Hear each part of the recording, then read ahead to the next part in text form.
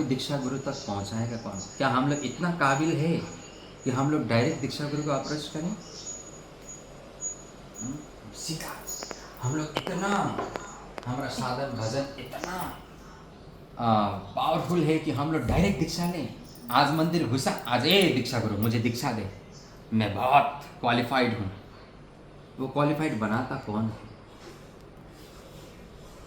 Principal, जो एक college का, एक स्कूल का प्रिंसिपल स्टूडेंट को सर्टिफिकेट कब देता है? जब वो शिक्षक के माध्यम से शिक्षा लेता है, पढ़ाई करता है, और पढ़ाई करने के बाद जब वो पास होता है तब जाकर प्रिंसिपल सर्टिफिकेट देता है। या आप डायरेक्ट स्कूल जाएंगे, कॉलेज जाएंगे, अरे प्रिंसिपल सर्टिफिकेट दे, मैं एकदम हाईली क्वालिफाइड हूँ, मैं पहले से एकदम इंटेलिजेंट हूँ, दे देगा सर्टिफिकेट कॉलेज का? हाँ, तो फर्स्ट ईयर में फर्स्ट डिवीज़न में पास हो गया। ये सर्टिफिकेट प्राप्त करने का लायक कौन बनाता है? शिक्षा गुरु। प्रेम करना कौन सिखाता है? शिक्षा गुरु। गुरु के प्रति भाव बढ़ाना कौन करता है? ये शिक्षा गुरु। और भगवान कौन है? दीक्षा गुरु कौन है? दीक्षा गुरु का स्वरूप क्या है? ये सिखाता कौन है? शिक्षा गुरु। मार्गदर्शन निर्देशन कौन करता है? शिक्षा गुरु। क्या खाना है, क्या पीना है, क्या करना है, क्या नहीं करना है, कहाँ जाना है, क्या नहीं जाना है, क्या उतारना है, क्या नहीं उतारना है, ये सब कौन है? इसलिए बोला जाता है ना, दीक्षा गुरु दीक्षा देने से पहले शिक्षा गुरु अपने शिक्षा से पहले उसको दीक्षित करता है। जब वो लायक हो जाता है, क्वालिफाइड हो जाता है, फिर वो ट्रांसफ़र कर देते हैं। हाँ, अभी दीक्षा गुरु वो मदन मोहन के पास जाने के लिए वो काबिल हो गया है। इसलिए 3 तत्व होता है, ठीक है? 3 तत्व, वो क्या क्या होता है? एक होता है, हाँ श्रुति बोलो। प्रभु संबंध तत्व, संबंध तत्व, अभिधेय तत्व और प्रयोजन तत्व। तो ये 3 तत्व, ये 3 तत्व के बारे में कौन सिखाता है? प्रयोजन क्या है? भगवान को प्राप्त करना। संबंध क्या है? भगवान के साथ हमारा संबंध क्या है? गुरु के साथ, दीक्षा गुरु के साथ हमारा संबंध क्या है? अभिधेय, हमें क्या करना चाहिए कि हम लोग दीक्षा गुरु से दीक्षा प्राप्त करके भगवान के हो जाए? ये सब का जिम्मेदारी किसके ऊपर होता है? शिक्षा गुरु के ऊपर होता है। वह शिष्यों का बदनामी झेलता है, अपना नाम देता है, कि हाँ वो मेरे अंडर में है, या वो मेरे से शिक्षा ले रहा है। कोई गलती करता है, वो माफ़ी मांगता है, कोई बात नहीं, मेरा है, अभी नादान है, बच्चा है, नहीं जानता है बेचारा। अरे दीक्षा गुरु तो वो पहली बार, प्रथम बार आप जब दीक्षा लेते उस टाइम उनका दर्शन होता है, वो आपका दर्शन करते, वो आप उनका दर्शन करते हैं साक्षात रूप में। वो जानता भी नहीं है, लेकिन दीक्षा गुरु आपको दीक्षा देते, क्यों? क्योंकि उनको शिक्षा गुरुओं को पूर्ण भरोसा है कि हाँ ये किसी एक शिक्षा गुरु से, शिक्षक से वो ट्रेनिंग प्राप्त करके आया है, अब मैं इसको दीक्षा दूंगा। हाँ, ये एकदम क्वालिफाइड है, क्योंकि इसके ऊपर इनके शिक्षक का हाथ है। हमारा अल्टीमेट शिक्षक गुरु तो प्रभुपाद ही हैं, लेकिन जितने भी शिक्षक हैं वो क्या पढ़ा रहे हैं? प्रभुपाद का ही ग्रंथ पढ़ा रहे हैं, प्रभुपाद की वाणी। हम लोग सुबह क्या पढ़ते हैं? प्रभुपाद प्रवचन, प्रभुपाद वाणी, भगवद गीता में प्रभुपाद का तात्पर्य, उनकी कृपा से। कृष्ण भक्ति नहीं बिना ताहार प्रवर्तन, वही शक्ति का संचार करते हैं, वो प्रभुपाद ही हैं जो उन्हें सेलेक्ट कर रहे हैं, आगे बढ़ा रहे हैं। इनमें से बहुत सारे आएंगे मूर्ख, अधम, पापी, दुराचारी, निराचारी, कुविचारी। हाँ, गुरुजन भी ऐसे होते हैं जो अपने शिष्य लोगों को भटकाते हैं, नहीं करते हैं, लेकिन सच्चा नहीं करता, सच्चा। प्रभुपाद जानते हैं ये सब कुछ, ये प्रभुपाद का घर है, प्रभुपाद का संपत्ति है, वो ये सब कुछ हैंडल करते हैं। और जो गुरु में भेद किया जो शिक्षा गुरु, दीक्षा गुरु में भेद किया, वो कभी कृष्ण को प्राप्त नहीं कर सकता। वो कभी दीक्षा लेने के बाद भी वो दीक्षा का उसको कभी भी उसको महात्मा पता नहीं चलेगा, उसको दीक्षा का अर्थ ही पता नहीं चलेगा, उसको दीक्षा लेने के बाद भी उसका शिक्षा अधूरा ही रहेगा। अगर इनको पूछा जाए कि दीक्षा का अर्थ क्या है, शिक्षा का अर्थ क्या है, उसको वही पता नहीं। और अंत में एक बात, मूर्ख से कभी भी बातचीत नहीं करना चाहिए, ठीक है? नहीं तो हम भी मूर्ख कहलाएंगे। कुत्ता भौंकता है रास्ते में चलते हुए। जैसे मैं हमेशा बोलता हूँ ना एक बात, रास्ते में चलते हुए कभी कभी 10 कुत्ता भौंक लें तो तुम 11 नंबर का मत बनो। ये होगा जीवन में।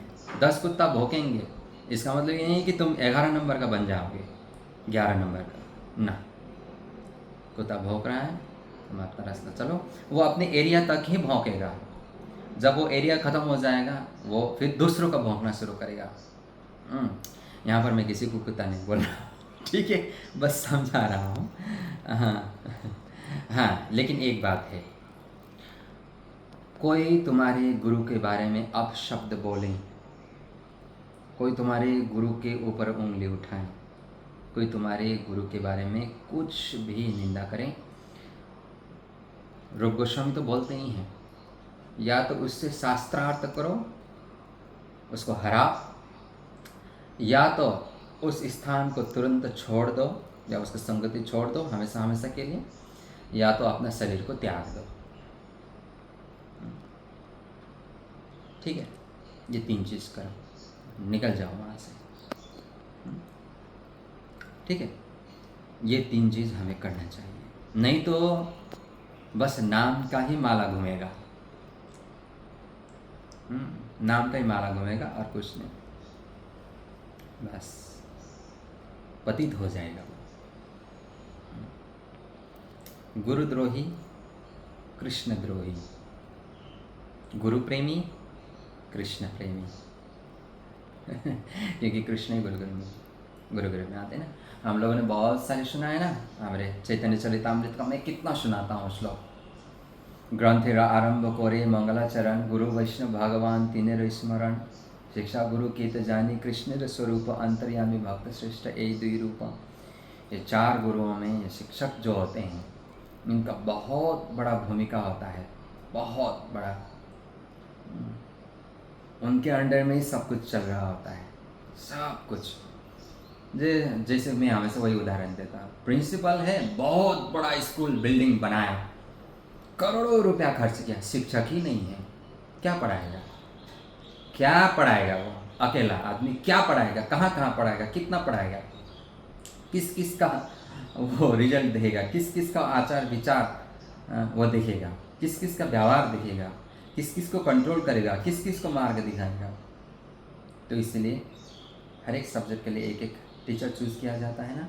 हाँ, ये चीज़ के लिए तो, ये चीज़ के लिए तो आसान हो जाता है। ये होता है शिक्षा गुरु की जिम्मेदारी, एक शिक्षक की जिम्मेदारी। क्योंकि कुछ गलत करता है तो उसका शिक्षक का नाम आता है सीधा। हाँ, मैंने देखा है तुम्हारा ग्रुप में, उनका ग्रुप में, हाँ मैंने देखा है उनका शिष्य कैसा कैसा है, देखो वो खुद ढंग का नहीं है। हाँ, और वो खुद बोल रहा है कि हाँ मैंने देखा है, आनंद प्रभु का दूसरा शिष्य देखा है मैंने कैसा है, वो खुद बोलेगा, क्योंकि उन्हीं में से वो भी एक है, इसलिए वो बोल रहा है कि मैंने देखा है। वो ये नहीं देखेगा कि कितने लोगों ने प्रगति उन्नति किया है, वो इतने ही लोगों को देखा जितने ने दुर्गति किया, क्योंकि उसको पॉइंट मिला कि इसने ये किया, इसने ये किया। जैसे मेरे ग्रुप को या मुझे, मेरा ग्रुप को, प्रभुपाद आश्रय ग्रुप को या मुझे, बहुत सारे लोग बोलते हैं ये प्रभुपाद आश्रय, हमारा आनंद सागर का जितने भी स्टूडेंट लोग हैं, आनंद सागर बहुत घमंडी हैं, बहुत घमंडी हैं हमारे इस्कॉन में, और उनके अंडर में जितने भी डिवोटी बहुत घमंडी हैं, ऐसा बोलते हैं। मैं चुपचाप चल रहा हूँ, मुझे पता है मैं क्या हूँ, घमंडी हूँ, पाखंडी हूँ, पाषंडी हूँ, कुविचारी हूँ, दुविचारी हूँ, वो मुझे पता है। और मेरे जितना भी स्टूडेंट हैं अगर उन लोगों को पता है, बस हो गया। मुझे हाँ मैं वो है, किसी के लिए मैं घमंडी हूँ। जैसे अर्जुन भगवान के लिए वो परम प्रिय था, दुर्योधन के लिए वो परम शत्रु था। भगवान के लिए वो परम मित्र था, दुर्योधन के लिए वो परम शत्रु था। भगवान अर्जुन को बचाना चाहते हैं, दुर्योधन अर्जुन को मारना चाहते हैं। मैं सबके लिए अच्छा रहूँगा ये नहीं, ये कभी हो नहीं सकता। यदि 10 लोग मुझे प्रेम करता है तो 20 लोग मुझे प्रेम नहीं करेगा। यदि 20 लोग मुझे प्रेम करता है तो 40 लोग मुझे प्रेम नहीं करेगा। इसके लिए मुझे पहले ही माइंड मेकअप करके बैठना पड़ता है, या बैठना पड़ेगा हम सबको, हम सबको। यदि 2 व्यक्ति मेरे लिए जान देने के लिए रेडी हैं तो 4 व्यक्ति मेरा जान लेने के लिए रेडी है। ये एकदम सिंपल सी बात है, यही है सृष्टि का नियम। सृष्टि स्थिति प्रलय साधन शक्ति का यही है। सृष्टि स्थिति प्रलय ये सब कुछ चलाने के लिए भगवान ने प्रकृति का नियम ऐसे बनाया है, जो हमें समझना पड़ेगा। और तुम जानते हो मैं कैसा हूँ, मैं जानता हूँ तुम कैसे हो, बस दूसरों को सफाई मत दो। ऐसे द्रोहियों को